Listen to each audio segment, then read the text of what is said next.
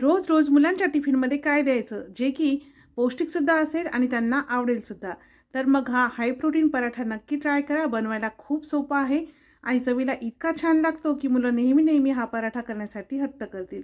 त्यासाठी एक मोठी वाटी मोड आलेले मूग घेतले आहेत. यामध्ये 3 हिरवी मिरची, 1 इंच आले, 7 ते 8 लसूण पाकळ्या, अर्धा चमचा जिरे आणि मूठ भरून स्वच्छ धुतलेली पालकाची पाने घातली आहेत. आवश्यकतेनुसार पाणी टाकायचं आणि बारीकसर असं वाटून घ्यायचं.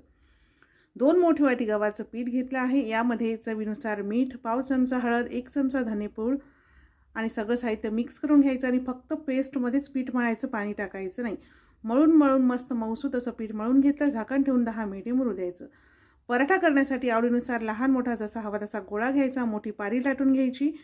थोडंसं तेल किंवा तूप लावून गव्हाचं कोरडं पीठ भरून घ्यायचं. घडी करायची. पुन्हा थोडंसं तेल व गव्हाचं पीठ लावून घ्यायचं व अशा पद्धतीने याचा पराठा लाटून घ्यायचा.